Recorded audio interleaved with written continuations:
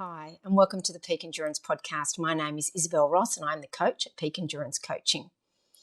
Episode 48 of the Peak Endurance Podcast is an interview with Kelly Starrett. Kelly is a coach, physical therapist, author, and speaker. Along with his wife, Juliet, Kelly is a co-founder of the Ready State. The Ready State began as Mobility WOD back in 2008 and has gone on to revolutionize the field of performance therapy and self-care. Kelly received his Doctor of Physical Therapy degree in 2007 from Samuel Merritt College in Oakland, California.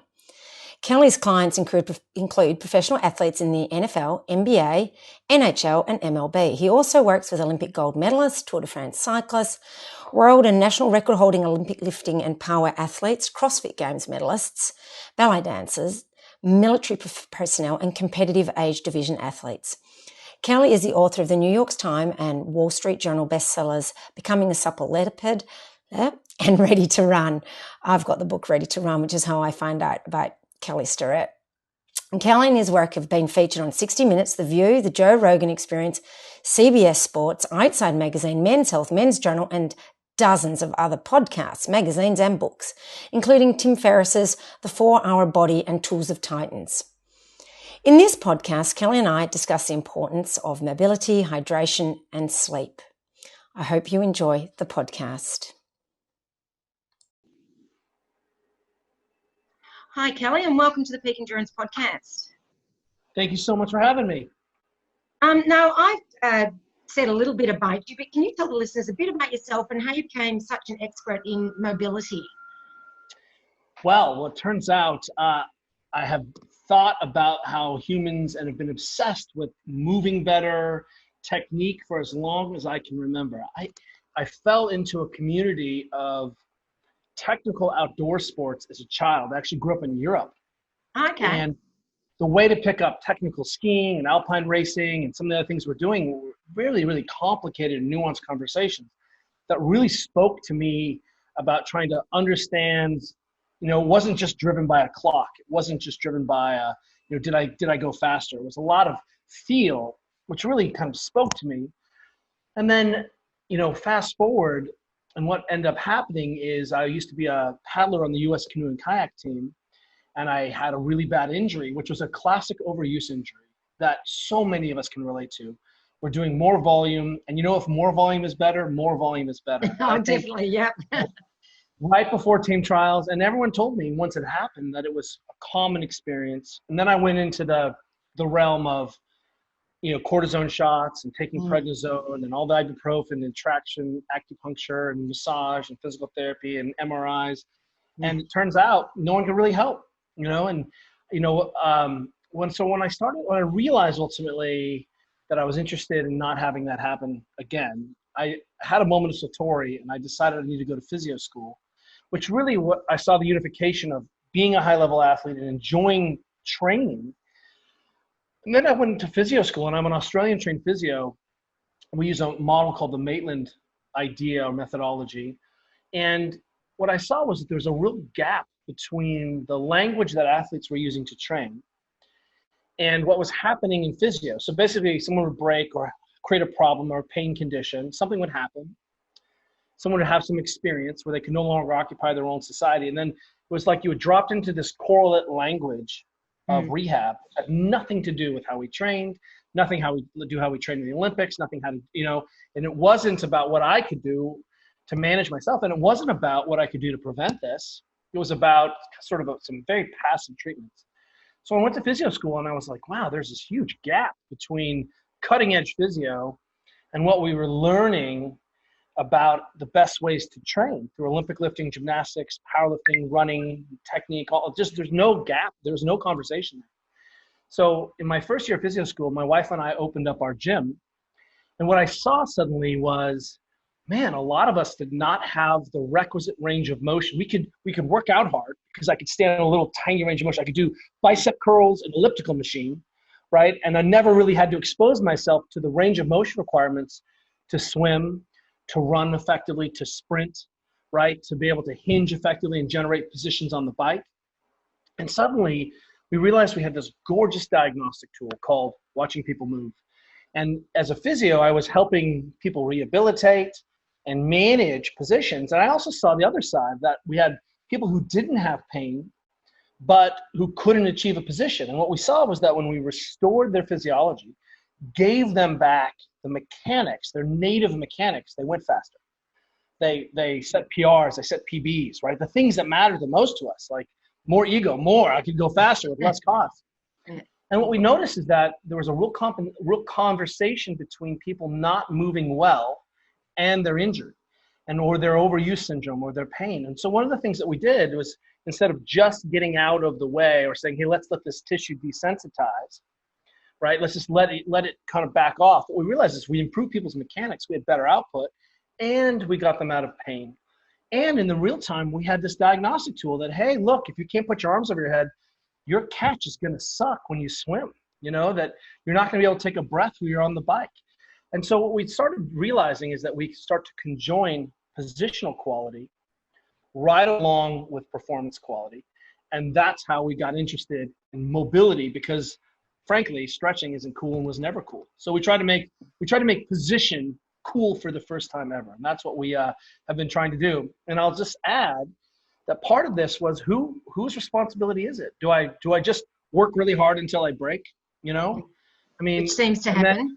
That was our old model, and I don't know why it happened. Maybe you were stressed. I'm like, or maybe you were moving like a jerk for many, many miles, very fast, and your body said, "Hey, that's not going to do it." And I just want to be clear: pain is just information, like lack of range of motion, like loss of force production, right? Like numbness. It's just information about what's going on. So why are we not looking at lack of range of motion the same way we're treating pain?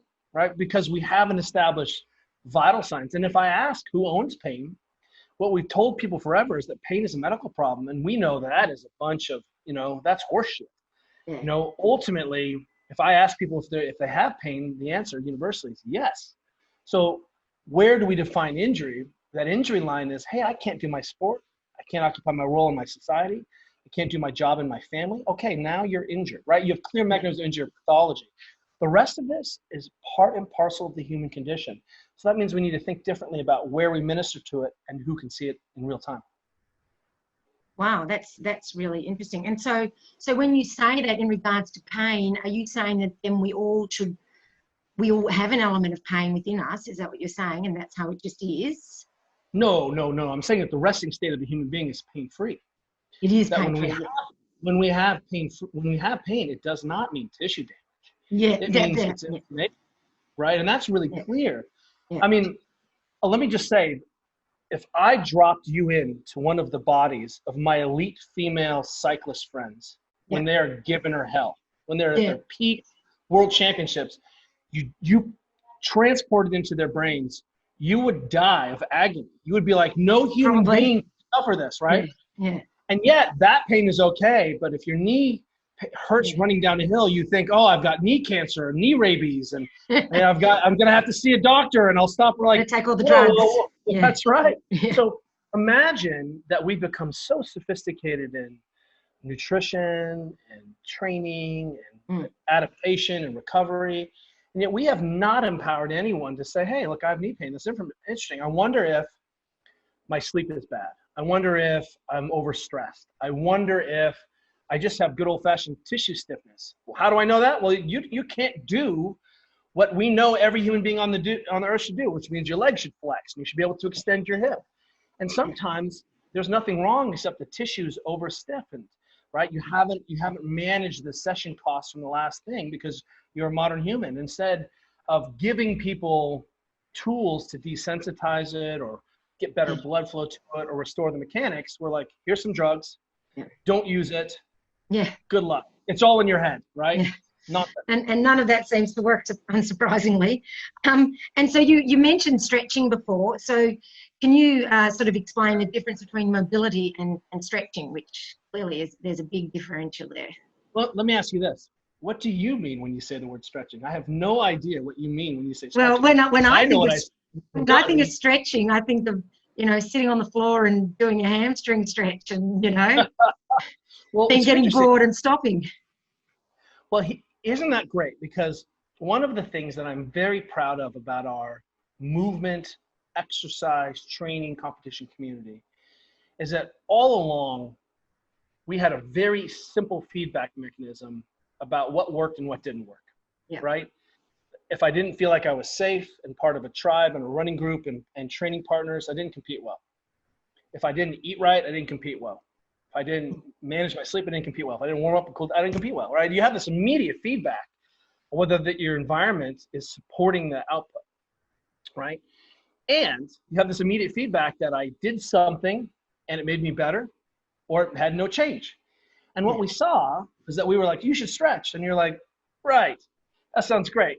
I'll eat this bucket full of kale. And the reason you felt that way is that no one made the case that was changing your position or improving your efficiency. It was some nebulous thing.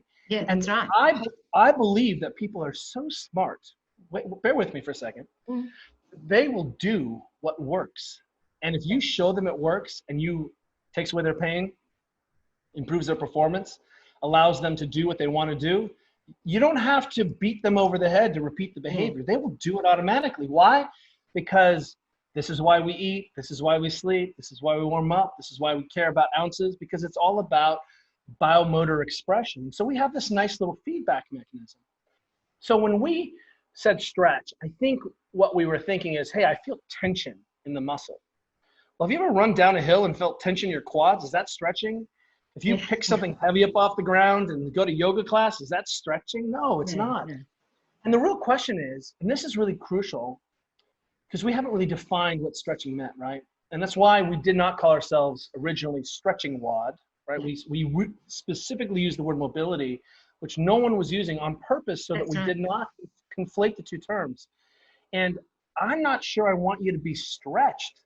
Like you are a springy, dynamic animal. Your Achilles tendon will store 80% of its energy and return that in running. Do I want to stretch you out? No, I don't want to stretch you. In fact, I want to make you springier and more dynamic. But what I'll say is we confused, hey, I feel tension here. I feel a stretch with stretching. We haven't established what is normal range of motion, which we know. We're very clear. Every physician group, every orthopedic physician group, every physical therapy group, everyone knows what full range of motion is. And yet we have these arm wrestling contests about what's the best technique to, like stretching works. This is where I'm like, dude, did it change your position? Yes or no? Because if you don't have full position, the key here is that as a human being, you will solve this problem no matter what. That's what human beings are brilliant at, working around the problem. So, imagine if the ankle was fragile and the foot was fragile. The second something happened, we couldn't occupy our role in society, couldn't hunt, couldn't feed ourselves, couldn't run away from danger, couldn't reproduce, right? The system is really, really robust. If spines were really fragile, there would be no humans, because someone would have herniated a disc day 3 doing something stupid because we're human. And guess what? There's no more humans, right? So I think what we want to appreciate here is, hey, what we can control is our quality of range of motion. And let me be honest, if you just walk around and you do some gardening, it probably doesn't really matter if your feet are that straight. You may have a bunion. You may have some niggles here and there. Some might be tight. But do not tell me that technique and those positions transfer to sport, that they keep you safe at speed, that they're the most effective to generate force and power. They're not. And so what we think is, sure, your spine should be able to flex. Of course, it's a spine. Can you imagine saying your elbow shouldn't flex? But the idea that rounded spine position is the most effective to breathe, to stabilize create intra-abdominal pressure, to have a rock solid pelvic floor, to generate force from the hip, to generate axial load through the spine. No one swims with a flex spine. And so what we have done is we've said, hey, look, we overly medicalize the body. I get that.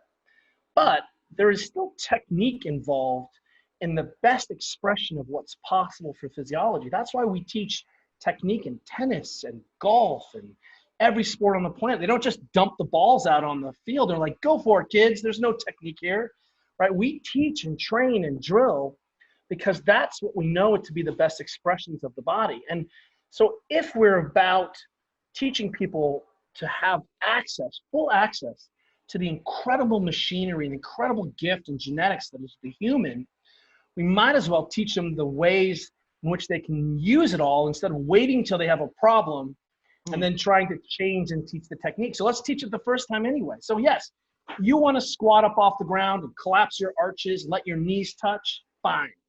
But don't tell me that that is the best expression of the foot does. And let me just say that if you say that to someone, and then in 20 years, 30 years, 40 years, they have a problem, you are part of that problem. And so one of the issues with human beings, and I ask a lot of physios this and a lot of coaches this, I'm like, have you ever coached someone for 10 years? Do you know what the real cost of your training is over 10 years? You might coach someone for a few months or maybe a year and then you don't see them again, right? I taught this 18-year-old superstar kid. I mean, when you're 18, you're made of rubber, you self-regenerate, right? You can awesome. Eat little chocolate donuts and slabs of VB and you can still crush it, but you can't. There will be a cost to that sometime. Yeah. And I think what we want to simultaneously say is, I want you to come out unharmed at 1 rep and then at 1,000,000 reps, 2,000,000 reps. And it's easy to have that many number of duty cycles in runners or in swimmers or in cyclists. And so, I think it's difficult for us to appreciate inputs and outputs, especially since the human being time frame is so long. So what do? We take our cues from what's the best expression of biomotor output, and then we can work backwards. And then we can actually say, well, here's what we know about why we teach children this way. And here's how that technique translates up to middle school and then translates to college. So we can see a through line of skill technique. We don't have like, oh, it doesn't matter what you do. It's all movement is good, right? You're a unique snowflake. Slam your heel into the ground when you run. It's totally okay. Just get a thicker shoe, right? That's disingenuous and really passing on the problem instead of saying, hey, we can do better and we have time. We don't have to get it right the first time. So that's how I feel about all this. Yeah. And so, you were talking about runners being springy, which I totally agree with. And so why then is generally mobility good for runners specifically? Well, and especially say ultra runners who are doing the ultra distances. Yeah, well, what we're really looking at is economy of motion and efficiency, right? So, one of the first things we see, for example, is that most people are running at much lower cadences than they should. When Mo broke the 2-hour record, he was running, 94, 96, right? I mean, his cadence, his cycle, breathing through his nose, his last 5 steps looked like this first 5 steps. That's a pretty solid effort. Yeah. So the real question, though, is, sometimes, especially in our ultra community, the range of motion expressed is very small. Yeah. And so what you think is, well, I can do this. But if you get past that range of motion a little bit, we have very gross inefficiency. The hip is missing 50% of its range of motion. The ankle is missing much more range of motion. We don't have any hip extension. The tissues are just overly stiff and working this little tiny range. And what we see is, man, that's hard on the joints. That is not as effective and efficient as we need to be. And if you suddenly have to be in a dynamic position, God forbid you have to get up off the ground or run up a hill or step down off a big log, or you're starting to do some obstacle course racing and you have to duck under something, so if you're telling me, and what's really interesting about this is, I don't really care if my runners can Olympic lift ass to grass. Like, that's not important to me, right? What's important to me is this, and I think this is where we've lost our minds a little bit. When we look at sport, if I'm in the middle of a sports season, my strength and conditioning and movement practice has one goal: to improve my sport. That's the only lens we run through. And what we've always said around strength training is that somehow strength was like some magical panacea. If I just got stronger, everything would get better, right? Well, what a bunch of horse crap that is too. That's just bollocks, right? That doesn't work.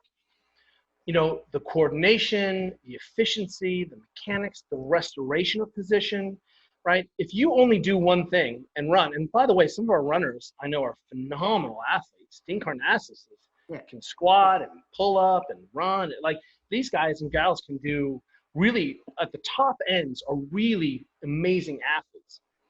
Yet you don't have to be very athletic to run very slowly for 20, 30 hours. It's extraordinary. I ran one ultramarathon once, and I'm That was good. enough. That was enough.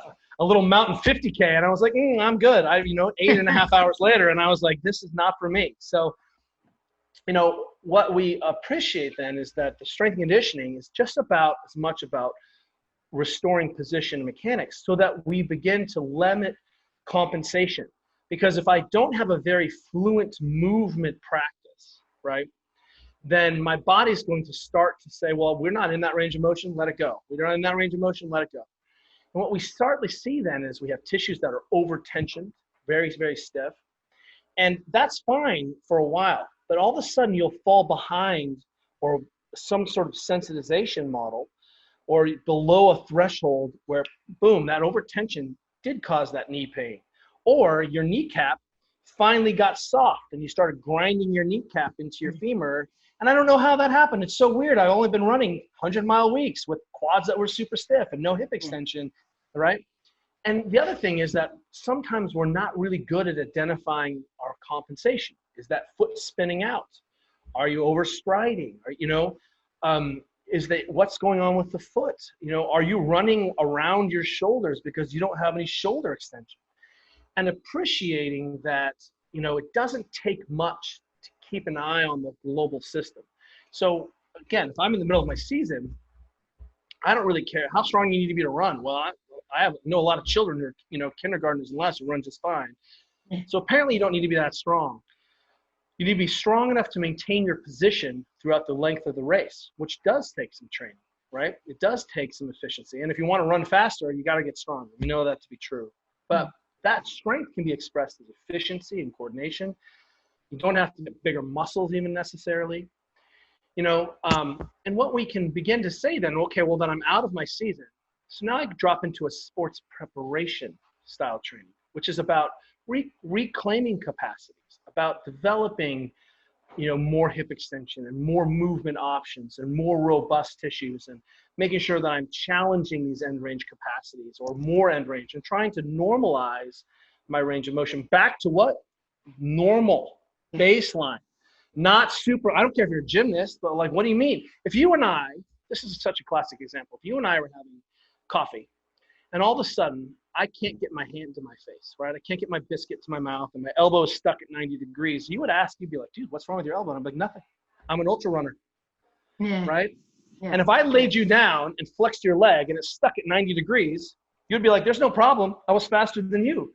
And yet I'm like, your leg only is stuck at 90 degrees. Yeah. And what I guarantee you is that if I lay 100 ultra marathoners and runners down and bring their heel towards their butt, it stops at 90 degrees, which is only like missing, 50% of your range of motion. And leading to the shuffle run too, I'm guessing. Yeah, so the key is that it's just not efficient. We don't have many movement choices. And we confuse the fact that you can still run with the fact that you're running at your best. And really that's what we said early on, is that when we made the case for mobility, we made the case for appreciating that it may not just be muscles. Muscles are part of it, but also maybe fascia, connective tissue. How well do your tissues slide? How intramuscularly stiff are you? Is this a joint capsule problem? Well, stretching doesn't change the joint capsule at all. It's a complete part of it. Well, then we also need to talk about your movement efficiency. So all the best runners I know work with a technique coach and drill technique endlessly. They never arrive. They're always working and developing and feeling and planning and re-strategizing, rebuilding. So technique matters. Movement efficiency, economy matters. And then so does your environment. And so, how stressed are you? What's going on in your life? What's your previous injury history? What are your genetic predispositions for making collagen in your Achilles? All of these things implicate the global system. So if we're going to talk about mobility, ultimately we're appreciating that environment matters, movement matters, but then we also have to say, do you have the raw tissue extensibility to be able to achieve these positions? So I don't care how much you can squat, but if you can't even do an air squat to 90 degrees, this is a red flag. I mean, God forbid you fall and have to absorb force somehow, because if you don't have access to those positions, you're going to turn your feet out. You're going to slam your knees in and round your back. And that's maybe a recipe for trauma, but it's just a recipe for not being very efficient. So what we want to do then is say, hey, look, we've become a little bit more sophisticated in defining how we restore positions and maintain positions in our daily practice. But that means also I don't have to see a therapist 6 times a week, or I have to spend another hour doing mobility. You know, are you warming up effectively? Are you touching these end range positions? Do you have a movement practice? After your run, you have this great diagnostic. Well, it felt tight. You know, let me go after my posterior tib. What's going on with my adductors? Like, oh, I felt a little stiff in my glutes as I was running the hill. Go work on that. And so what we're doing is we're actually beginning to conjoin tissue quality, movement quality appreciation, range of motion appreciation in the context of the thing we do. And 10 or 15 minutes of just simple self-maintenance means that, man, over the course of the week, I get many, many, many minutes of just simple work in there. And look, we're modern humans. Sometimes we're going to need to get up out of the chair, blast a run at lunch, come back, right? Because that's all I got. I got to go pick up my kids and do this thing. But that is not how we were designed to work as humans. We're not designed to be sedentary, then redline, and then sedentary. I mean, if we do that with a horse, the horse gets pneumonia and dies, right? I mean, like, we've actually run this experiment before, right? You have to warm up the horse. You have to cool down the horse. You know, if you go to the Olympics, man, there's a warm-up track that's next to the track. And no one just gets out of the car and sprints a 10K and then sits back in the car. Man, there's a lot of warming up and cooling down in between. How do I know that? Well, I work in Olympic track and field. You know, that's not a mystery to us. We work along some of the best endurance athletes on the planet. So we know what their practices are. And yet somehow because we think we're special, that the laws of training don't apply to us. And simultaneously, we're seeing that people are spending more time in front of the computer. Yeah. People are training at volumes and intensities that 10 years ago were unheard of. Some of the elites were, and certainly 20 years ago, you know, very, very different. There was a few outliers, but now the average person is really working hard. You know, high intensity exercise is here to stay. People are faster and more of us are doing it. And we just need to make sure that people have a plan that integrates into their life. And taking care of your tissues and keeping an eye on your range of motion, why is that different than your nutrition? Why is that different than, you know, any of these other aspects? Yeah, I mean, it's a very neglected part of most runners that I know of. I mean, yeah, and they focus on nutrition and all that sort of stuff, but mobility, not so much. So, well, it's not their fault. No. So let me say this. Everyone comes out of a system, right? So who taught you? Because if you came from a coach or had a family that said, no, we're not going to go blast. We're going to go walk 800 meters very fast first. And then we're going to do some skipping drills. And then we're going to get our hips open. Right? Like your cross country team in high school. I ran cross country, right? I don't look like it because I weigh 106 kilos now, but I was the slowest cross country runner on the team. Right, you're I was last place, but I was on the team. And you know, I think the key here is that we appreciate that it's easy to make some of these sort of procedural errors as a function of who we are and how we came out of which tradition. And so now let's use pain as this really interesting conversation starter. Oh, that's really interesting. Oh, my feet are really sore the next day. I wonder why that is. Then we can appreciate, one, de-escalate here. You're not broken. Nothing's damaged here. Run again. Don't panic. Comma. Now let's do something about it instead of ignoring it or running through the pain. You know, you should not be running through pain. What are we doing? That's madness. You're an addict. Quit it. Yeah. I think it's something many, many runners do. So what sort of, you talked a little bit about warm-ups, you know, skipping drills and that sort of thing. What should a runner do on like a day-to-day basis before their run to properly warm up? Well, you know, if you go to our blog, the Ready State blog, we have a article there I wrote called My Morning Routine. And in there is a really simple, quick hip opener drill where we just spend some time sitting on the ground, moving to end range. It looks like a really modern yoga practice. Really simple, without any of the trappings of yoga. Just dynamic, you can call it dynamic range of motion, dynamic movement prep. And I have a little breathing practice in there. Okay. So what I propose is that I want to get us as ready as possible so that when it's time to run, I don't have to deal with some stiff quad or like I can actually just warm up. I can work on my technique, start to shift the blood from my stomach, start to get prepped, right? Get into my run as quickly as I can. Which means that the rest of the day, we have this incredible opportunity to sort of organize our behaviors when we can. First thing in the morning, maybe I go for a walk or I sit on the ground and answer some emails a little bit. I did the hip spin up. I've already touched my hips and tissues once. I go for my run, and in the evening, before I go to bed, I can do a little soft tissue work. And that can be whatever. Work on your calves. It can be very simple. Roll your quads out. Roll your adductors. It can be more sophisticated than that if you want. But suddenly you see that we have a complete movement practice. And the actual running is just a part of that movement practice. And so, what we're trying to do is say, hey, look, I really want to respect and honor your time, which means, man, it's pretty easy to get my hips open very quickly and some dynamic drills and things that look like karaoke and skipping and maybe a little jump roping, right? It's so easy to be primed, do any of the Romanoff pose drills, the pulls or the quick tempo, and then you're going to have a great running session. And that's the only goal. Why did I do this? Because I ran better. And session cost was limited. So the session cost is, how expensive was that training system on my physiology? How do I know? Well, I couldn't handle the same volume or equal volume later on in the week. So I'm always trying to minimize session costs, because what we know is whoever does the most work and remains the freshest tends to win. Those are our people. And sometimes it's genetics, and sometimes they've been training like this for 20 years and all of these, and they're mutants, because there are mutants among us. I'm always around mutants. But let's appreciate that if you've done these things, you're eating food, you're getting warm up, you've done some breathing and prep, then when it's time to go, you're going to have a great running session.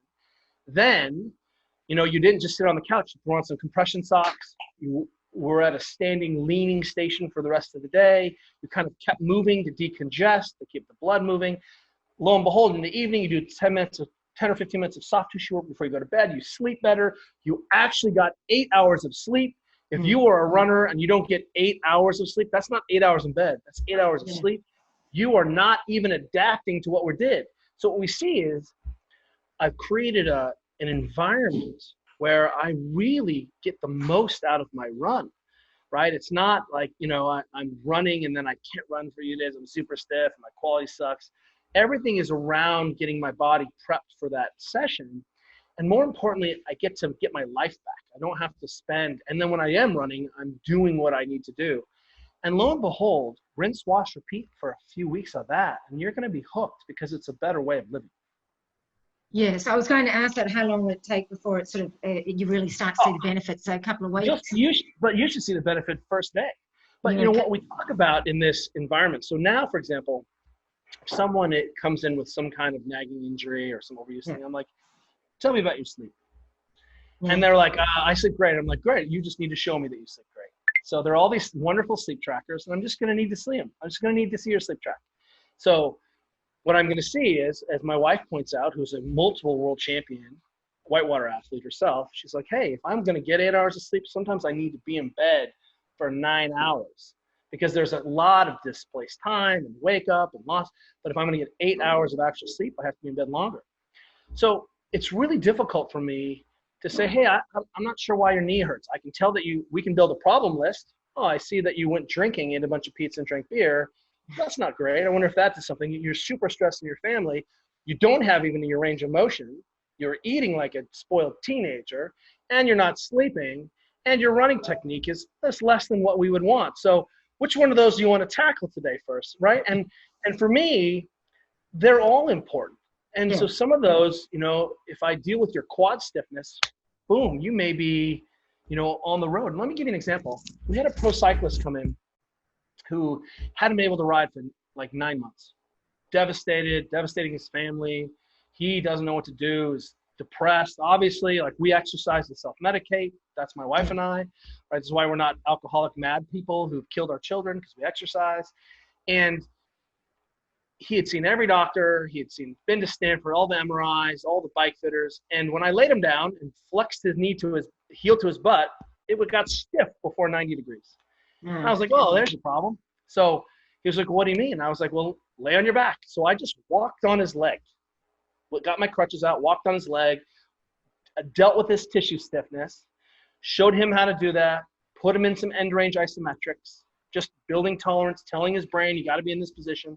That's why we do things like the couch stretch every day, right? We're just touching these positions. And I was like, and he's like, how will I know? I'm like, why don't you go home and ride tonight and let me know? He's like, no, it'll hurt at 12 minutes. I'm like, well, at 13 minutes, call me. So he rode for 2 hours that night. Oh, wow. He rode for 4 hours the next day. Excellent. Oh, I seem to have lost you. I've just lost you for a minute. I don't know if you can hear me.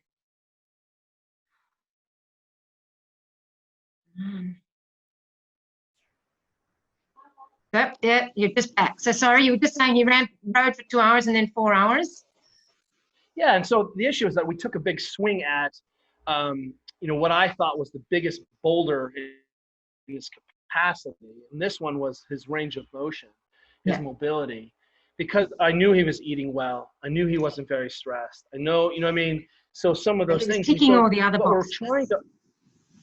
That's right. I think it's disingenuous to say, oh, it's a strength problem. Like, is it really? Is that like he's a grown ass man? Like pro cyclists think his quads are weak? I'm not going with that. I don't see many weakness problems, So, I think what really is amazing is that we should be able to run until we're 100 years old. That's good news. There's a great physician named Peter Attia who has this thing called the Centenarian Games. He's like, what would the Olympic Games for me look like when I was 100 years old? Which I really like the idea of. The problem with his games is they suck. They're all like goblet squat, 50 pounds, 5 reps. I'm like, who cares? Like, we need to have context, be able to go on a run with my mates, right? That's the thing. I be able to paddle the rivers, be able to put on a big heavy backpack, and, sleep on the ground. But those are give it context. So if we get the message, or we're sending the message to people that they have to stop running in their 30s or 40s or 50s, man, we're really doing something wrong, because this is why you have an Achilles. This is why your foot is shaped the way it is. And I think when we make subtle changes to this conversation, that running is the one movement that human beings is universal human beings. We're designed to run. We're designed to walk. We're designed to carry things on our backs, and designed to throw and to sit on the ground. Here's a simple test for your runners. I got 2 tests for you. If you want to see if you can become a better runner, follow these 2 tests. 1, put your feet together and be balanced between the balls of your feet and your heels. So find that balance so you're even from front to back, right? Yeah. And then I want you to lower yourself to the ground all the way. You can let your knees come apart, and you're just not allowed to even let your heels. If you lose that pressure, that balance, you failed the test. Oh, I think I failed. Well, guess what? That's just normal. What do you mean you can't squat all the way to the ground? Like, that's crazy. Like, what are you talking about? I have ankle function, I have hip function. And what you see there is that, wow, no one has ever said that this is important. I need to keep an eye on this range of motion skill and goal, right? So, the idea here is, man, there's a lot we can do to improve your efficiency. Now, here's the second test. Sit on the ground, cross-legged. So you can start on the ground. And I just need you to get up off the ground without using your hands or putting a knee down. So you're just going to sit cross-legged. Is it really tough? I don't think so. I am 47 years old. I weigh 106 kilos. I just spent 7 hours on my bike. I deadlifted 600 pounds this last year, right? I don't think so. But the problem is, until we say it's important to maintain the health of a range of motion, we won't value it, right? And until we value it, until people see that it makes them more durable runners and it makes us more efficient, that's, then it's on us. We just haven't told people why it's important. So it's not anyone's fault. But if you come to the awareness, oh my gosh, I'm sort of a demi-human. I can't even poop in the woods or sit on the ground. Like, we have a picnic on the ground and you're suffering to be on the ground. Okay, all right. It's not going to be very fun to picnic with you. No, no, not really. And also, you talk a lot about, zero drop shoes and walking barefoot. What do you see as the benefits of that for runners? Well, one of the things that we want to appreciate is that the Russians have a great saying, you're as old as your feet. I love this. I haven't heard that one. I like that. And let's appreciate that the foot is an erogenous zone. Just like your hands, just like your nipples, just like your genitalia, tons and tons. Derives from this Wolffian ridge. so much sensory motor input about where I'm in space, ground force reaction, that if I always put myself in a comfy glove, big thick glove, and try to work through the world, I'm not going to have very good information about what's going on, how hard I'm squeezing, what I'm grabbing, how functional I am. And what we'll see is early on, it's not an accident that people run the fastest marathons in very thin shoes. I mean, the Nike Vapor side, right? That the foot, Zola Budd, is a great example of the fact that in 2.5 million years of evolution, that foot is pretty dynamic. I will say that most of us don't have very dynamic feet. So one of the ways, and don't get me wrong, Chris McDougall is one of my good friends. I love Born to Run. Yeah. When the Temerara engines got running shoes, they ran faster. So we look at running shoes as a tool, right? Yes. Like it's like I'm going to put on biking gloves for this reason, or I'm putting on biking shoes for this reason. So running shoes allow us to run faster, to be able to handle bony bruises. So I need enough padding. Yeah. But when I'm not running, why am I wearing running shoes? Right? Because they look good with jeans, because they're cute, right? Because I've been conditioned. Because those are not what your feet should be doing. So if you were spending an hour in your running shoes, the rest of the time I want you flat, living flat, having your feet sense, work on different surfaces, be strong, input, decongest. And what I think is that we have feet that are very shut down. They're actually dynamic, very weak. One of my favorite things these days is something called the Slack Block. It's made by a company called Slack Bow, and it's a really clever miniaturized, like balance beam, dynamic, like a slack line, but in your kitchen. So it's a piece of wood on top of a beautiful piece of foam. And what you'll see is if I take my average runner and have them balance on there, they're all over the place. They're a sloppy mess. They can't balance. They fall over. And I'm like, it's almost like you use your feet for your sport and you don't really care that your feet suck and are giving you slow information about how springy you can be, how fast you can be. So again, muscles and tissues are like obedient dogs, and our brain is the most sophisticated structure in the universe. So everything is trainable. And what I think is we should live flat as we can.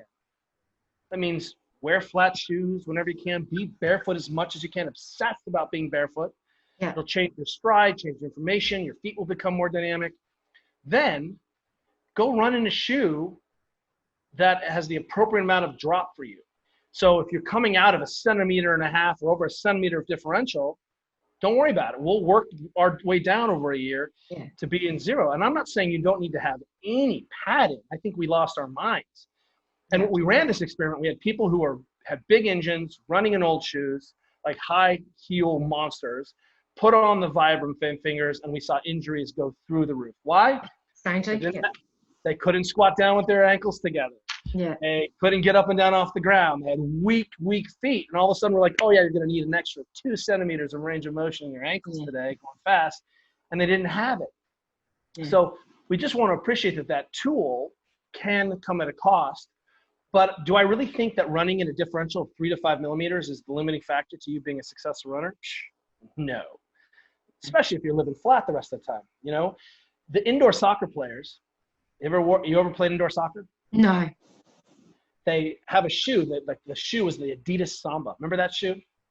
No. I've never even heard of it. It's a flat indoor soccer shoe. It is like the oldest indoor soccer trainer. Came out in like probably the 50s or 60s, and it hasn't changed at all. Why did the soccer players who are doing so much indoor cutting, stopping, side to side kick, why did they choose a shoe that was flat and very stable? It's almost like they figured out that they could have better function out of the ankle in that direction. Yeah. And so we, again, lost our minds, but we're catching up because, again, I'm not saying you don't need padding, especially if you're going to be on your feet for 6 hours, 10 hours, 8 hours. But let's appreciate that if you take your shoes off and your gait changes, should be a red flag. You should be able to run the same cadence, the same style, whether you're barefoot, whether you have hikers on, whether you're running in dress shoes. Why would your technique change based on what's on your footwear? That's kind of crazy, right? No, when I wear these pants, I walk differently. You know what I mean? Like, you wouldn't do that. You wouldn't do that. So, I think how stable is the technique? And I think this is really where we get into the woods a little bit, where people say, my technique is the best. I'm like, great, take off your shoes. Well, I can't run without shoes. I'm not sure your technique is very good, right? Yeah. I have to have these inserts. I'm like, so you're going to wear inserts on the beach? Like you're afraid to run barefoot on the beach? You know what I mean? Yeah. And again, we came out of the really heavy consumer, right, non-technical, just do it model. Like this is free and you should be able to strap your shoes on. Well, we agree with that. Again, running is the core value and core expression of being human. If you can't run and you're a lifter, I have problems with you. If you can't run and you're a rower, I'm like, ooh, red flag.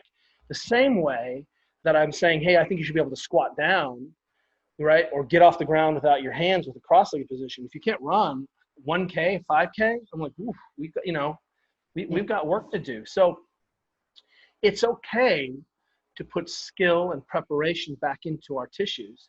But, I think, and we have a lot of really fast marathoners at our gym who are really strong, can power clean and snatch and run technique, and they're and doesn't matter what shoes they wear. We use the shoe that allows them to go the fastest, right? Because it doesn't matter what's on their feet. And the feet is that the shoe is not why you're having pain when you run. That's crazy, right? Yeah. Yeah. So it's not going to be fixed by getting a new pair of shoes or shoes with higher drop or something like that. Yeah. Hey, this ibuprofen isn't working. Let's try Tylenol. Yeah. Let's try Vicodin. Let's try acetaminophen. Let's have them all. Yeah. So I think instead of coming back and saying, well, there's so much more on that I can do, it must be the shoe. And one of the drills that we've done, I go work with a local high school, and they use our book and our technique with all their sophomores and freshmen. And I've had 150 kids in a room, and they've done a section on running. And I have them take their shoes off and have them feel the floor, and we do some drills and have them be aware, and we do some squat prep, and they do a little bounding and they move around. And then I'm like, okay, kids, put your shoes back on. I'm like, how do your feet feel? Feel the same ground. And the kids are like, I can't feel the ground. Look where my arches are. I'm pushed on the outside. This shoe is terrible. And I'm like, okay, take your shoes off, run around. We do some short runs barefoot. Everyone's got a high cadence. No one is slamming their heel into the ground. Everyone runs like Usain Bolt.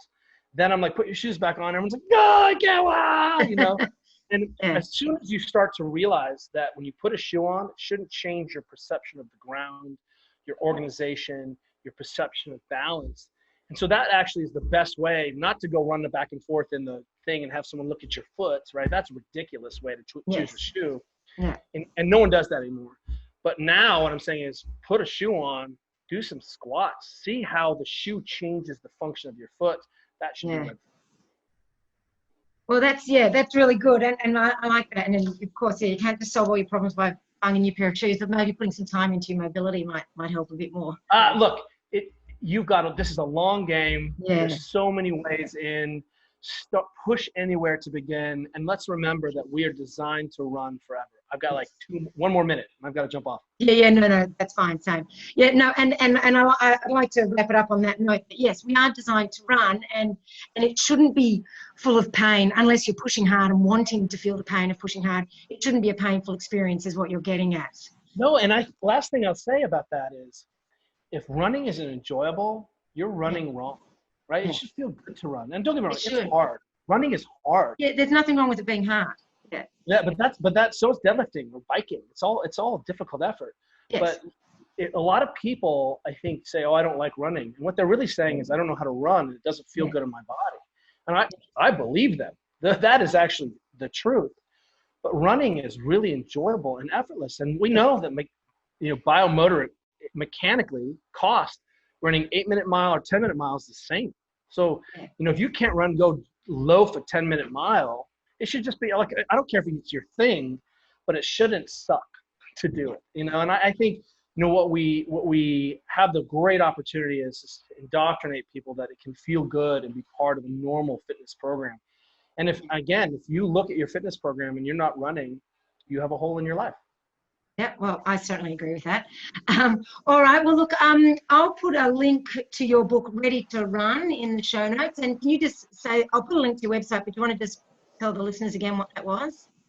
Yes, we are thereadystate.com. the Ready State, R-E-A-D-Y, readystate.com. And one of the things that we tried to do is we actually have a 2-week free on-ramp program where you have an opportunity to learn how to mobilize and to take care of yourself. And then cancel after 2 weeks if you want. If you know it all, but we've got programs in there to help you manage pain, programs in there to restore your positions, programs in there to help you, adapt and regenerate and recover. And what you'll see is, man, there's a whole lot of information. I would also recommend that you go to follow us on the socials, either on YouTube or on Instagram at the Ready State. And you can see how we integrate the thinking into movement practice and training. So it's sort of our social media as a companion piece to the website. Excellent. All right. Well, I'll put all the links to that in the show notes anyway. But thank you so much for your time. I really appreciate it. Such a pleasure. We'll see you soon. See you later.